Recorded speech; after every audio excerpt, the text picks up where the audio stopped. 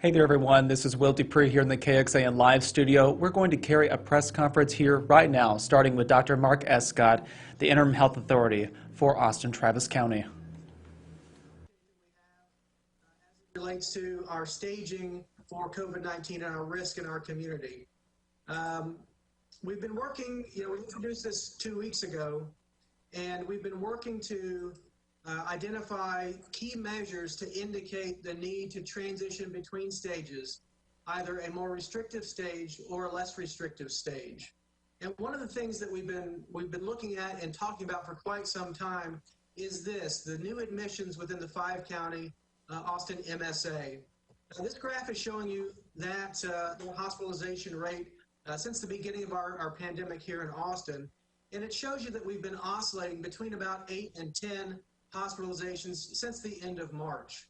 So what we've done is we've taken this information, we provided this data to Dr. Lauren Myers and her team at the University of Texas, and asked them to look for cut points, good indications of when we need to dial back or dial up the activity that's happening in the community based on those measures, with the focus of limiting the risk of exceeding the hospital capacity within the 5-county MSA. Again, if we exceed the capacity, we're going to experience excess deaths. This means that we run out of hospital spaces, ventilators, ICU beds to care for people, not only for COVID-19, but for anything else. So what we've done is they've taken that data, and Dr. Myers and her team have indicated to us 5 different stages or 5 different cut points for transition to stages.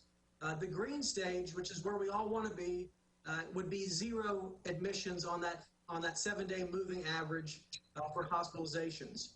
Stage 2 would be less than 5 admissions.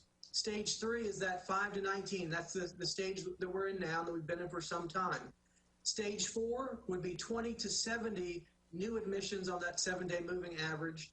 And stage 5 would be greater than 70. So again, we've been talking about needing to stay at least in this yellow stage, the stage 3, with the hopes of getting into the blue stage where we can be a bit less restrictive in our guidance. But for now, we're gonna continue to be in stage 3, and we can all work together to transition out of this stage. We've been talking for quite some time about the need to continue the social distancing, to continue that personal hygiene, and to continue masking in public so that we can balance the public health and the economy in a way that can grow both. This staging will be part of a dashboard that we will be launching today. Now, this is a draft, this is a screenshot, but this is what it's going to look like. You can see in the middle, it's got that same graph that I just shared with you. On the left side, it's got the new hospital admissions, both the 7-day moving average and the number for that day. On the right side, the 7-day moving average of new confirmed cases and the number for that day. At the bottom on the left, you can see that it's got our doubling time, which is now sitting at 37.5 days and has continued to improve over time. Next to that, you're going to see a gauge with the hospital capacity, both the regular hospitalized beds, the ICU rooms, and the ventilators. And next to that is the 7-day moving average for each of those numbers. Again, we want to provide as much information as possible to the public so that you know where we are and you can adjust your behaviors and you can assess your risk for yourselves and your household as we move through this. And with that, I'll pass it over to Mayor Adler. Dr. Escott, thank you for everything that you're doing for the city. And thank you for these new the charts. They're really easy to understand. Again, just to repeat what Dr. Escott said at a really high level, we all want to open up the economy. Everybody's done a really good job of staying at home and helping us to avoid the first surge of this virus. And we all want to get out, and we all want to open up the economy as the governor is doing. We need to make sure that we do that in a way that does not have us overwhelming our hospitals. As Dr. Escott said, it's not only a question of having sufficient space for the people that have the virus, but if you have a heart attack or you're in an automobile accident, you go to the hospital, you want to be able to get the proper care. So those are the two things that we're balancing.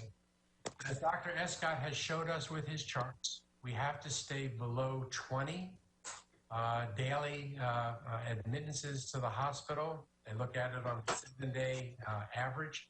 That's the number we have to stay below.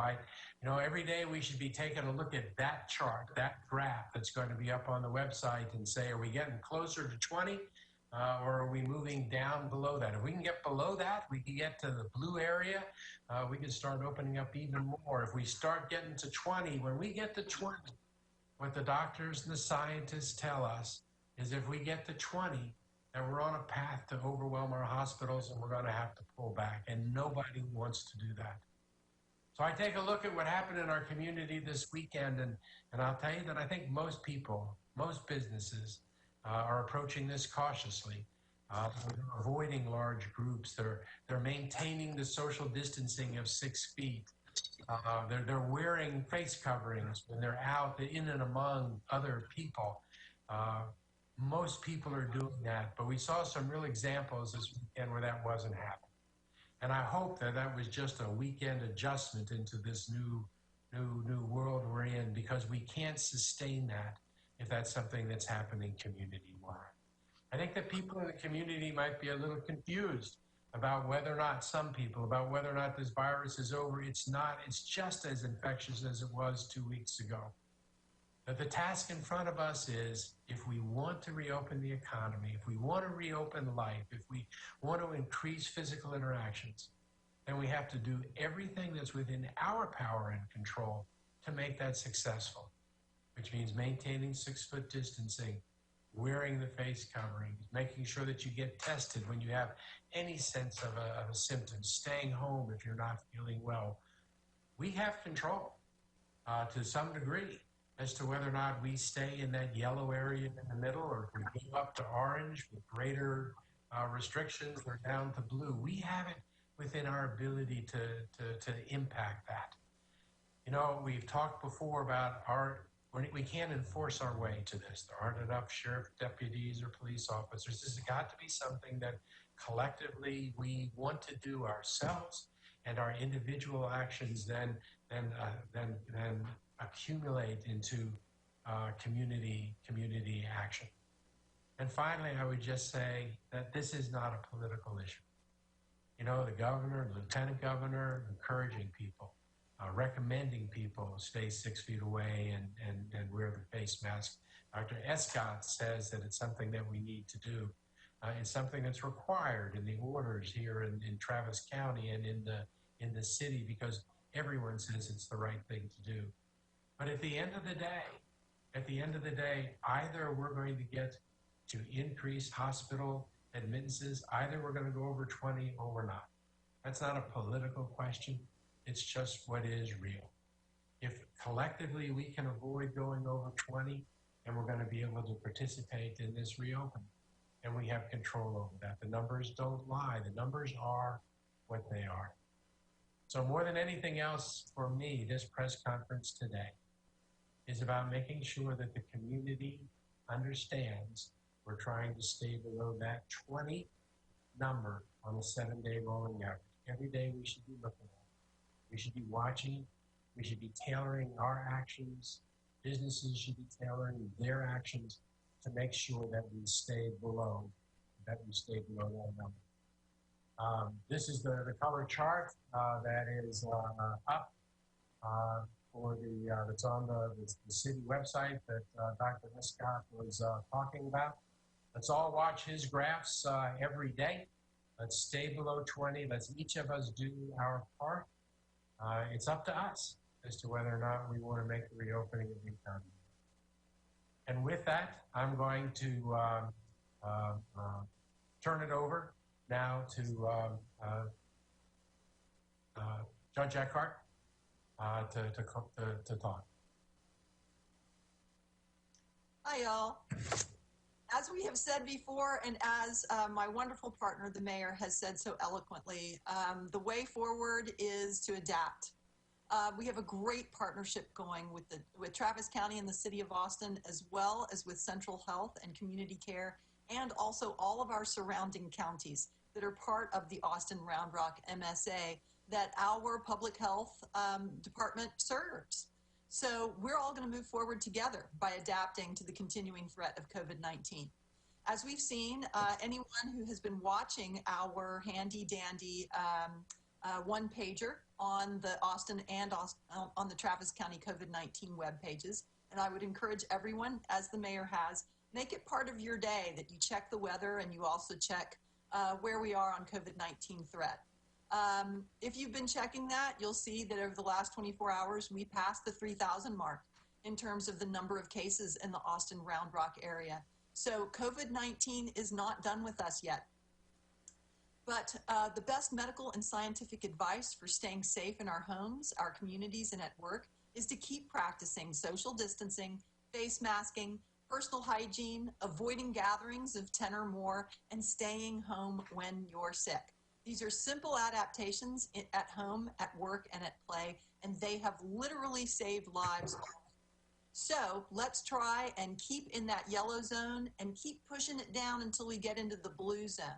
Because if we go to the orange area where the threat is higher, we may need to adapt harder. We don't want to go back. We want to go forward into real world adaptations while COVID-19 is still a threat. So practice the love, y'all. Learn how to smile with your eyes over that super fashionable mask, and show the love by keeping the distance. And with that, I would kick it over to our tremendous partners in Central Health with Dr. Zamora, who is the immediate past chair of the Central Health Board. Dr. Zamora? Thank you, Dr. Eckhart, Judge Eckhart. Thank you, Dr. Escott. Thank you, Mayor Adler. Gracias por estar con nosotros en este día sobre el corona. Nuestra comunidad ha hecho un buen trabajo de aplanar la curva, pero debemos continuar nuestros esfuerzos para protegernos, proteger a Austin y proteger a Texas. Necesitamos proteger la salud pública y la economía. Si salemos, use su tapaboca o su máscara, porque con eso podemos proteger el pueblo. Como dijo el doctor Escott y el alcalde Adler, hay una publicación de la salud pública que puede uno ver todos los días, a ver cuántos casos hay. Ahorita estamos en la zona anaranjada. Y quiere decir que tenemos como 5 a 19 admisiones hospitales cada día en los últimos 7 días. Queremos mantener eso menos, o bajo o menos de eso. Por eso que eso indica que estamos mejorándonos. Si vamos a visitar a personas que están en riesgo de enfermedades como diabetes, alta presión, que se protejan, usen sus máscaras. Si uno se va a unir con una persona, que sean menos de 10 personas en la reunión. Queremos que sí es buena higiene, lavarse las manos, no tocarse la nariz, la boca, y usar su tapaboca. Como siempre, estamos demostrando cualquier síntoma de enfermedad, quédense en su casa.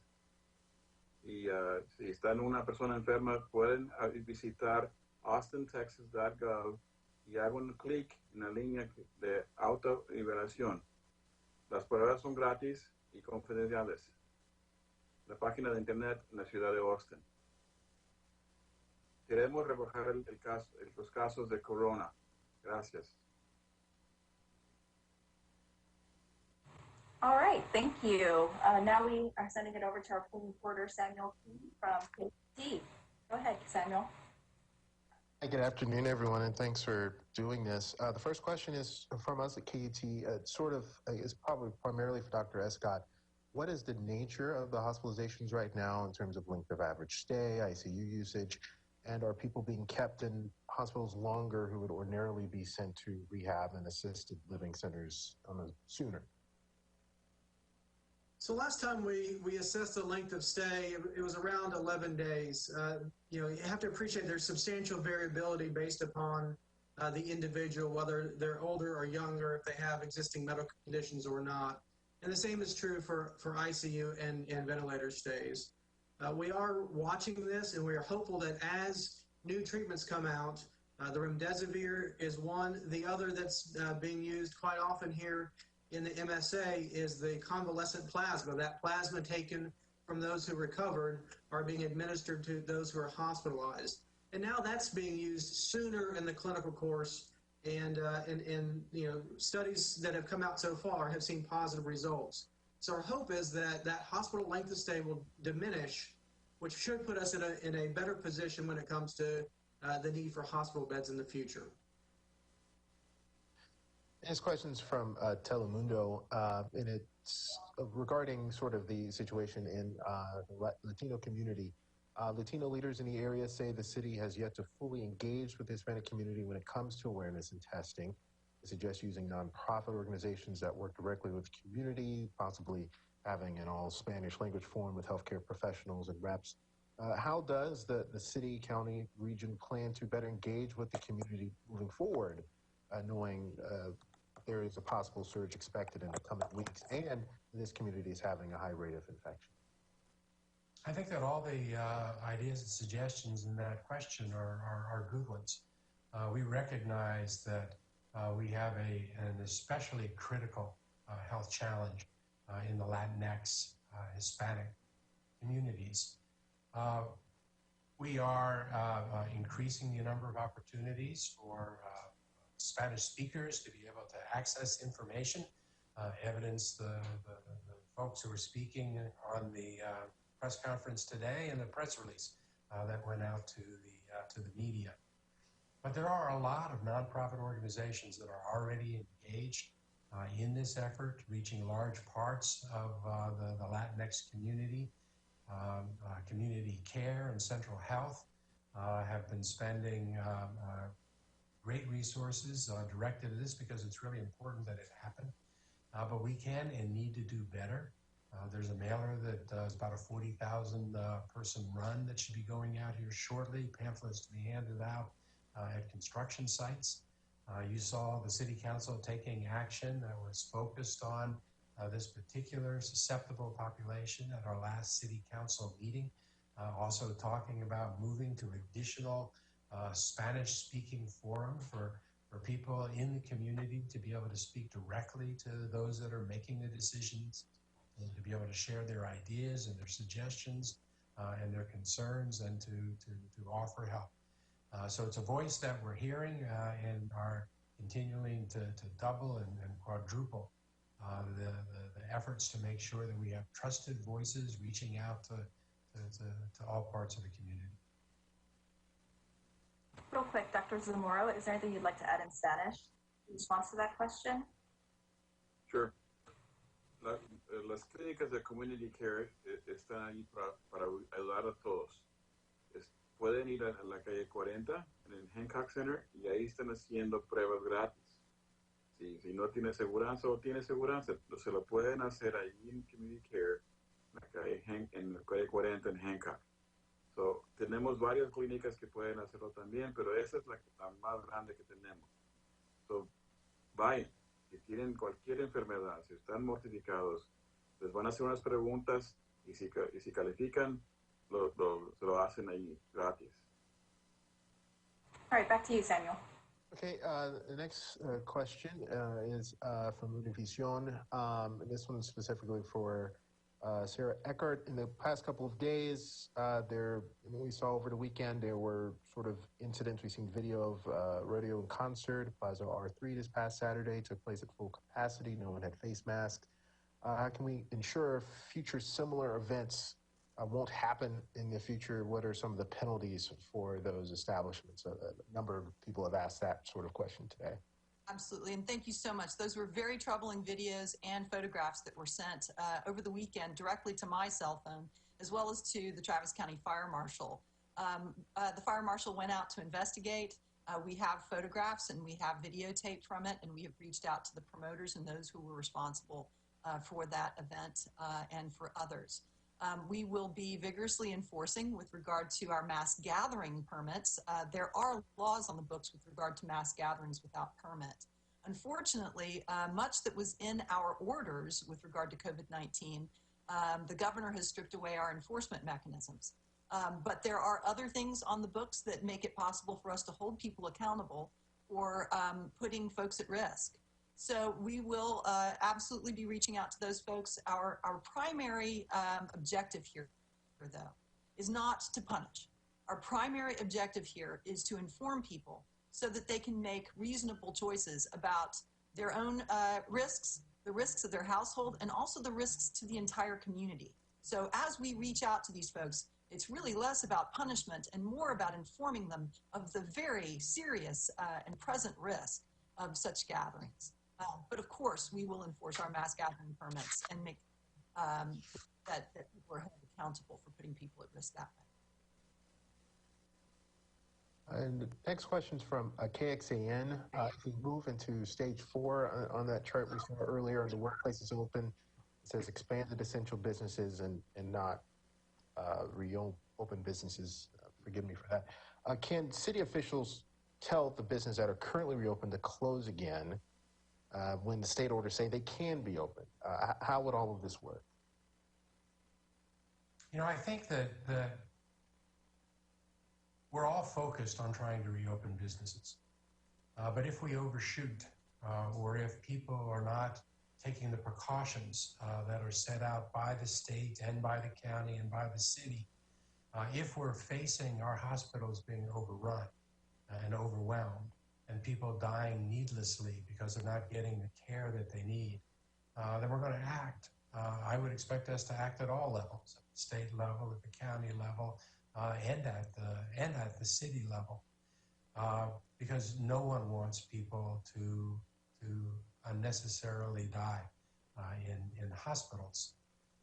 Ultimately, going back to what the judge said, these are decisions that we get to make individually.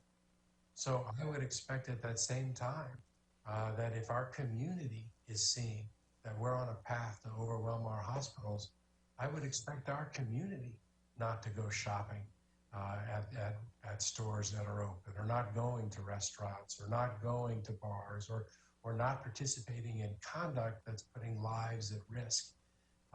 When we get to that place, and we'll watch it every day, if we get to that place, hopefully we can avoid it.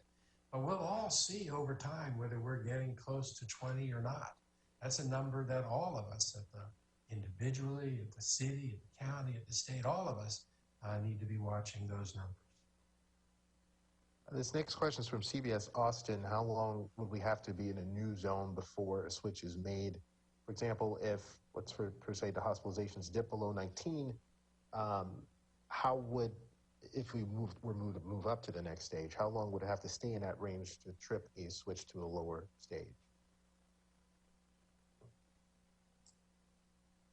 And we can have Dr. Eskin speak to this, but I don't think it's an exact science that way. I think that it's going to be the health professionals that are coming to us and taking a look at, how rapidly we're in these areas, how rapidly we're coming down. But the modelers tell us where the point is that we need to act. That's the key indicator, as the doctor said. He's taking a look at other factors as well. That's certainly a good one for the entire community to be focused on, because it's going to be, well, it's the key indicator and it's the most telling. Dr. Escott, do you want to address that question? Thank you, Mayor. And what you said is exactly correct. Again, we have the new admissions to the hospital as the key indicator, that 7-day moving average, but there are supporting indicators. So for instance, if we dip over 20, and a week before that we saw a sudden and marked increase in cases, that would certainly give us the indication that more hospitalizations are likely to be coming. If the new cases have been relatively plateaued and we see it dip into that 20 zone, it may give us a different indicator. So again, we are taking a number of things into consideration, the primary one being that new admissions by day, but not the only one. This next question is from Co-op Radio. Given what the dashboard shows right now, what are the city and sort of the counties surrounding Travis County doing to sort of protect residents and commuters as the governor's task force reopen state business and offices. I guess sort of speaking to how are we working with the neighboring counties to handle this situation? Should I speak to that? I think I'm on mute. I can hear you. Okay, good. Just checking. Our surrounding counties are in great partnership. We are in regular communication with all of our surrounding counties. Bastrop County's infection rate has had a little bit of a spike. I have checked in with the judge over there as well as our public health folks, and we believe that probably is because of increased testing in the nursing home community. So we are monitoring those circumstances closely in Williamson County as well as Hayes County. Again, our public health apparatus is serving the region, the Austin Round Rock MSA, and we're proud to do that. 2/3 of the counties in the state of Texas have no public health department, and we are happy and honored to be in partnership with our surrounding counties that don't have public health departments so that we can make sure that there's equity across the region. But we really struggle with that without having a state backstop. We are in partnership with the state as well, but we are struggling with resources adequate to stretch across the entire region. But we will stay in partnership and we will get it done. We will stay at the table together in order to assure a level of public health available to everyone in the region.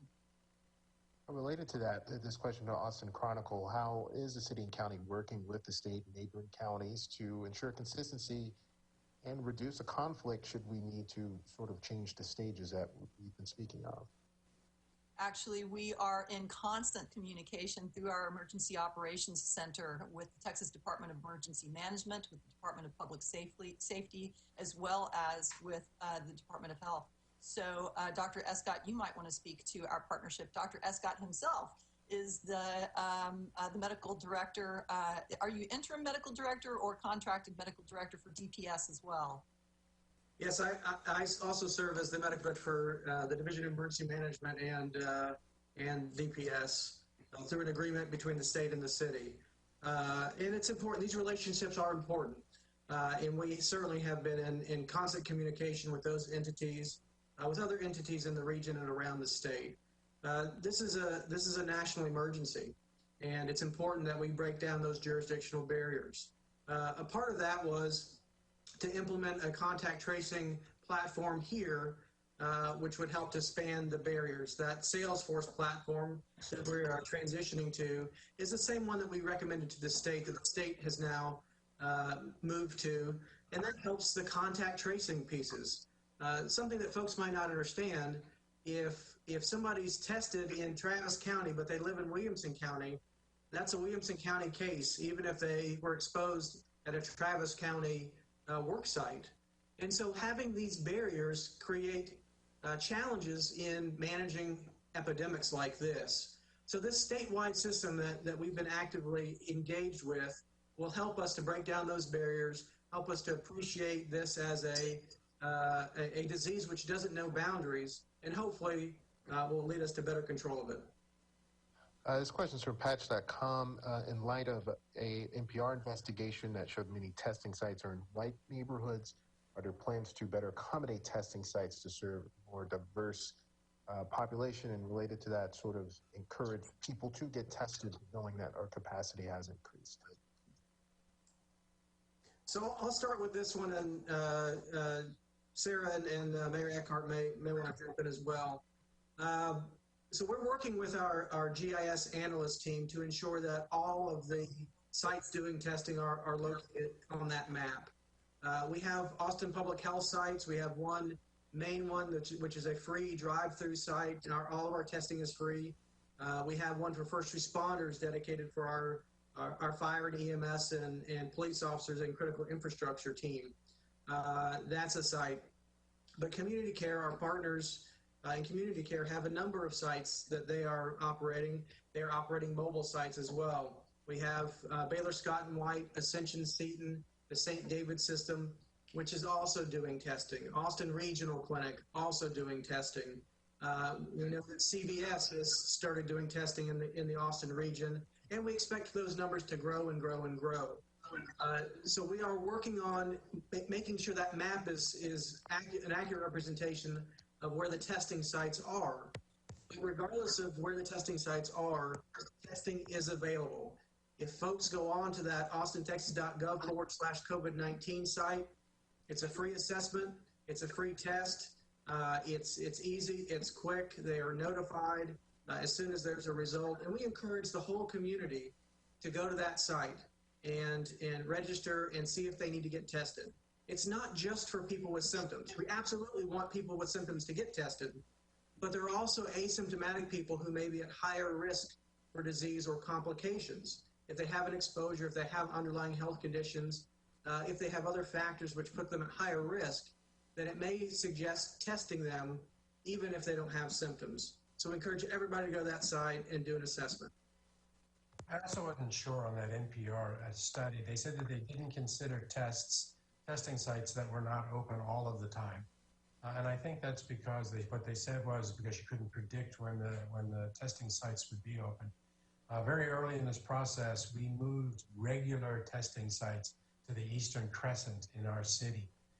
Not enough demand for us to keep each one of those locations open 5 days a week, but they are regularly open on the same day at the same time so that people in those areas know that they're open. And I was unclear in that article whether NPR counted those testing sites in the Eastern Crescent. Dr. Zamora, oh, we just lost. Sorry, go ahead, continue. I was down. I was unclear as to what the NPR article. Yeah. Sorry, I was just. Sorry. Oh, I'm sorry. We've also had a number of mobile testing sites in Travis County parks in the southeast quadrant of the county. So it is possible, and I haven't delved into exactly what the NPR story was counting, but it is probable, actually, that they were not including our mobile testing sites, for which we have Central Health and Community Care in partnership to thank. So thank you very much for our partnership in expanding free testing. We're also reaching out to the Chamber of Commerce to encourage employers to also pay for testing for their employees. We will not be able to do this alone, y'all. We will not be able to get to the level of testing saturation that this community really needs to manage this viral infection without having some private sector assistance as well. The next question's from, oh, go ahead, I'm sorry. Sorry, Mr. King, I want to interrupt you for a second. So, may I speak in Spanish to the Spanish public? Se puede llamar a este número de teléfono si quieren buscar a un lugar, si está cerca de su casa. El 512-978-8775. 978-8775 es el número del hotline de Community Care. Ellos los pueden dirigir a cuál lugar está más cerca de su casa. También tenemos lugares en Del Valley, Hornsby Bend, Del Springs, Colony Park y Pflugerville. También se puede visitar el internet de Central Health, que es centralhealth.net, para otras localizaciones. Gracias. Thank you, Mr. King. Thank you, Doctor. This next question is from the statesman, and some of it's been addressed. I'll shorten it a little bit in terms of whether there are establishments who choose not to require a mask, or as the reports, the bar out in Elgin that would say they don't want you wearing masks inside. Is there any sort of message for those type of businesses in the region? We know the city order makes it mandatory to social distance and to wear face coverings.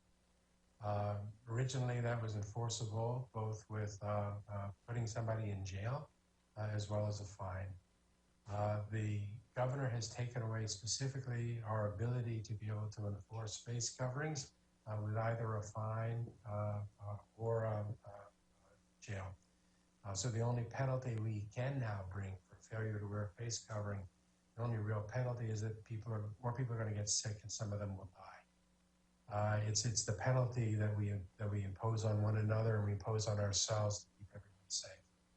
Our order still allows us to have fines for failure to keep social distancing, and we had our code enforcement people out to the clubs. I'm hopeful that that was just something that happened this first weekend when the clubs were trying to figure out, and they got overwhelmed too.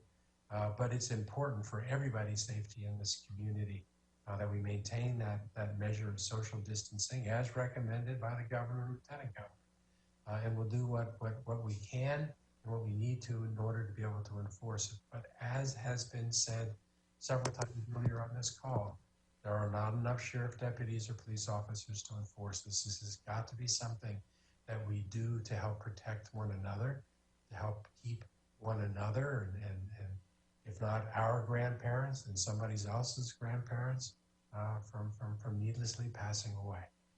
And that's got to be the focus. I'm going to jump in here on a second. So if there are businesses that do not allow the wearing of masks in their business, you shouldn't go there. Absolutely. That is completely irresponsible. And I'll tell you, if you're unhappy with it, the best way to manage that is to not go to that business. And can I jump in also and tell everyone you know not to go to that business? Peer pressure is tremendous, and I want to give big kudos to the Texas Restaurant Association that put out best practices with regard to restaurants to look at ways to adapt so that they could open safely. Every restaurateur should want a level playing field. You don't want one restaurant right next to the other that's behaving badly while the restaurant next door is doing everything they can to keep their customers safe. It would not be a level playing field, and I fully expect, because I've already seen, the restaurant community, the bar community, the festival community, the music community, wanting to put in place adaptations that keep them safe, but also keep patrons safe. So really, if someone's behaving badly, really sally forth and say, this is not appropriate. And I don't want to come to a restaurant or a bar that doesn't keep me and the people who are working here safe. I'm going to combine a couple questions here just for timing in terms of the hospitalizations as a benchmark. So just to clarify this question from KView, hospitals are now the main benchmark for the color-coded guidelines. And how was 20, again, this from community impact, how was that determined as a threshold to stay under? And what changes could be expected if the county does move into the next stage? So again, we use hospitalizations because that is less impacted by the percentage of testing. It's going to be a relatively fixed number, and it's a firm number across communities. It's a better indicator of when communities are facing stress as it relates to COVID-19. So what the modelers did, what Lauren Myers and her group did, is look at those cut points. At what point do we need to dial things down to avoid closure, and then primarily to avoid overwhelming the hospital system? So, in one version of the model, it was just, when do we need to stop things in order to prevent overwhelming? But then we asked her to go back and look at, when do we dial back so that we can avoid complete closure, but we still have enough time to place more restrictions, to decrease and flatten the curve again, so that we don't have to close. And that's how those cut points were decided. Do you folks have the three exhibits that I had? The third exhibit that was in yellow, which is a chart from Dr. Myers. There we go. So this is a chart that demonstrates. No, you had it on the right one. That's it. That black line shows what happens in a surge if we're on the wrong path and if we go up above 20 hospitalizations. You can see that we could easily get to the place where we have 3 to 4 times as number of people than we have the hospital capacity to be able to handle. So what the modelers told us is, at what stage do we need to intervene, as Dr. Escott was describing, in order to be able to prevent that black line surge if we find ourselves on that path. So we're trying to do everything we can not to be on that path so that we don't have to cut off. But the cutoff, Dr. Myers established as the place we need to act if we're on the wrong path in order to present that surge. Next question is from Fox 7. Many counties throughout Texas are listing the number of active cases. Why doesn't Travis County, and are there plans to release those numbers? So we will be working on updating our dashboard. We are transitioning to two things. Number one, we're going to change the way that recovered are displayed and decided. Historically, we have been utilizing the method where we're calling folks back to confirm recovery. However, as the outbreak has grown, we're going to have to transition to what the state is using, and that's a calculated recovery. So basically, that's confirmed cases minus those who have died minus those who have recovered equals the active cases. And so we will be displaying that as soon as this weekend, but perhaps early next week. I don't know if PIO is with us here, but I've gotten word that the city council meeting at 1:30 can't start because we're on the only channel that they need to broadcast on. I don't know if we should cut this short or ask for one more question, but Yeah, I think we have one last question and then we can wrap and we'll skip. Well, I think I kind of combined the community impact question. So in terms of if there's any move, and there's been a couple questions about parks and what the next phase is, if we could get some sort of clarity on that, when we can expect this, particularly with the county. Sure. Our county capacity in the parks, as we saw over Memorial Day weekend, the parks were absolutely packed. Everybody wants to get outside and enjoy themselves, and I want them to be able to get outside and enjoy themselves, but only if we are, wearing the masks, practicing social distancing, and have adequate facilities available for people to practice good hygiene. So our Parks Department has been monitoring things closely to make sure that we are able to maintain social distancing, masking where appropriate, and also the personal hygiene capacity. So yes, we are having to limit folks coming into the parks, and in some instances shut them down when we believe we have overrun the capacity that's safe for those parks. We have a lot of parks in Travis County and in the city of Austin, as well as with some of our other municipalities. We work hard to have lots and lots of green space available for people. But we are in unusual times that require us to maintain social distancing, even when we're outside. It's definitely safer to be outside. I think that is has been at least suggested by the evidence that we are safer outside practicing social distancing, but we still have to practice social distancing. So we will keep enforcing social distancing in our parks, which may mean closing them down when they get to capacity, or when we don't have the resources necessary to assure people's safety. Thank you. We're going to wrap this up since there's a work session happening. And thank you to Dr. Escott, Mayor Adler, Sarah Eckhart, Dr. Zamora, and the full reporter for joining us today. Thank you, everyone. and if anybody of any of the slides that have been presented, do they just reach out to PIO in case they want to run some of those slides in their company? They sure can. Great. Thank you very much, Dr. Escott. Dr. Zamora, thank you so much. Thank you, Mayor. Thanks. Thank you. If anybody wants to reach out to me and talk to me about it.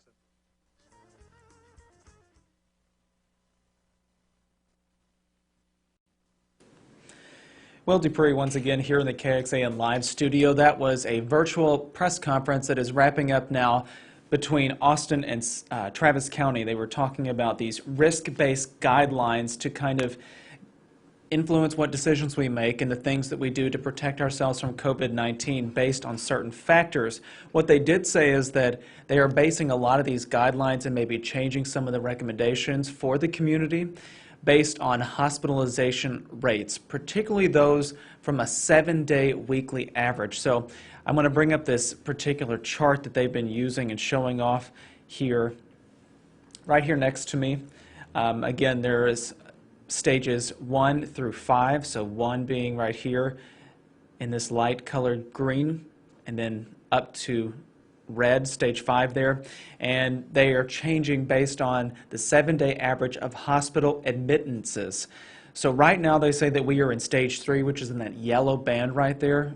We are still recommended to do good hygiene and stay home if we're sick and avoid other sick people, maintain social distance, and wear face coverings. So At this point, the rate of hospitalizations puts us in that stage 3 category. What they're saying is that they're going to keep monitoring that and put out a new dashboard to track those hospitalization rates and let everyone know kind of where we fall at a certain time if we need to go up to a stage 4 or 5, which would not be good for all of us, to put in some more restrictive measures, or at least encourage restrictive measures, because a lot of the state's actions from the governor have negated and refuted what any kind of punitive thing or punishment that could come for not obeying these certain things. And what they're saying is that if we get above 20 hospital admittances during a 7-day period, then that will mean that we'll have to go up in the risk levels. If we keep lowering that hospital rate, if we keep doing what we're doing in terms of social distancing, keeping 6 feet apart when possible, wearing face coverings, not going out as much as we might during a normal period, then we can keep lowering that stage level and hopefully eventually get to that green, that stage 1 right there, where there's 0 hospital admittances during a 7-day period. So again, they're going to be launching a new dashboard that will be coming out today that will let people know where we stand in terms of this stages of risk, and then talk about where we are for hospitalizations and positive cases and those kinds of data available for COVID-19 here in Austin and Travis County. To give you a sense of where we are right now here in our area, these are the latest numbers from Austin Public Health. So in Travis County, the COVID-19 impact stands at 3,057 cases. 91 people have now died because of COVID-19. More than 1,000 have recovered at this point. And then at the moment, 97 people are in hospitals in our area battling COVID-19. 41 people have been admitted to intensive care units, and 21 people are on ventilators, machines that are helping them to breathe while they're battling this very troublesome virus. I'm faltering over my words right now because we just got an alert from the Travis County Sheriff's Office, and this is breaking news, so we want to be able to share this with all of you at home. And I'm going to read off the screen next to me right here so that we can get that information. Travis County is confirming that a jail inmate has tested positive for COVID-19. And I'm just going to read off the release right here. Medical professionals at the Travis County Jail received a positive COVID-19 test result for an inmate this morning. The inmate has been in custody for 3 days, and all of those days in the quarantine unit. The inmate was put in quarantine upon intake based on answers given to CDC guideline questions. The inmate has been moved to the quarantine confirmed positive unit. All inmates in quarantine, whether it be the quarantine with symptoms or quarantine confirmed positive, are housed in single occupancy cells that utilize an energy recovery exhaust system. Each cell independently exhausts air out. The HVAC is not a recycled airflow system. Travis County Jail is therefore remarkably well suited for this emergency quarantine. Contact tracing is underway, and anyone determined to have been in close proximity to this inmate will be promptly notified. They will also be advised of medical resources available to them. So just to reiterate, an inmate at the Travis County Jail has been confirmed positive case of COVID-19. We just got that into our newsroom, and I'm sharing that with you all for breaking news. We are working on putting up an article on our website, kxan.com, and if you have the KXAN News app, it will be uploaded on there as well, so please follow along as we do some more reporting about this. But again, that breaking news headline, an inmate at the Travis County Jail has tested positive for COVID-19. This is the first one. They had some staff members in the past that had tested positive and some that had quarantined because they've shown symptoms, but this is the first inmate that we've gotten results about, so we wanted to pass that along for you all. We want to thank you for watching. Again, stay with us here on KXAN for the latest information about the coronavirus outbreak, since it is far from over in our county, our community, our state, and our country, and across the world for that matter. So thank you all again for watching. We'll see you back here another time. Please stay safe and stay healthy, and if at all possible, home as much as possible.